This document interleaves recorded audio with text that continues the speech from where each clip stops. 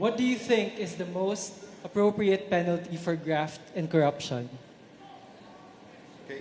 Lahat sa buong mundo, sa science ng criminology, it's not the actual penalty, but the certainty na mahuhuli ka. Sa Pilipinas, pag antibiotics, pandesal, ang nanakawin mo, sigurado huli ka. Pero pag nagnakaw ka ng malaki, magiging congressman ka. Pag mas malaki ninakaw mo, magiging senador ka. Pag barkada mo si Napoles, syempre si Napoles, i-clear ka, barkada mo siya eh. Di ba? Magiging vice president ka. At pag naging presidente ka, mga kasama mo, kasama na sa corruption. You go to the LTO, kumuha ka ng lisensya, corruption. You bumili ka ng bahay, sa taxes, corruption. Buong buhay natin corruption. Huwag na tayo magbulag-bulagan unless we change the system.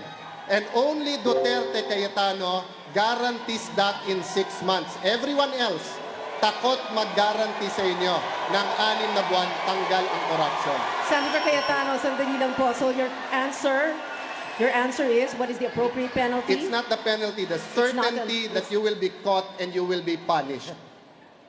So kung sigurado kang mahuhuli, kahit na 1 araw na kulong yan, kahit 10 araw na kulong, magtitigil ang graft and corruption. Pero katulad Alright. ngayon, nahuli ka, sa hotel naman ang Bilibid, nagluluto pa ng shabu, edi okay lang na mahuli ka.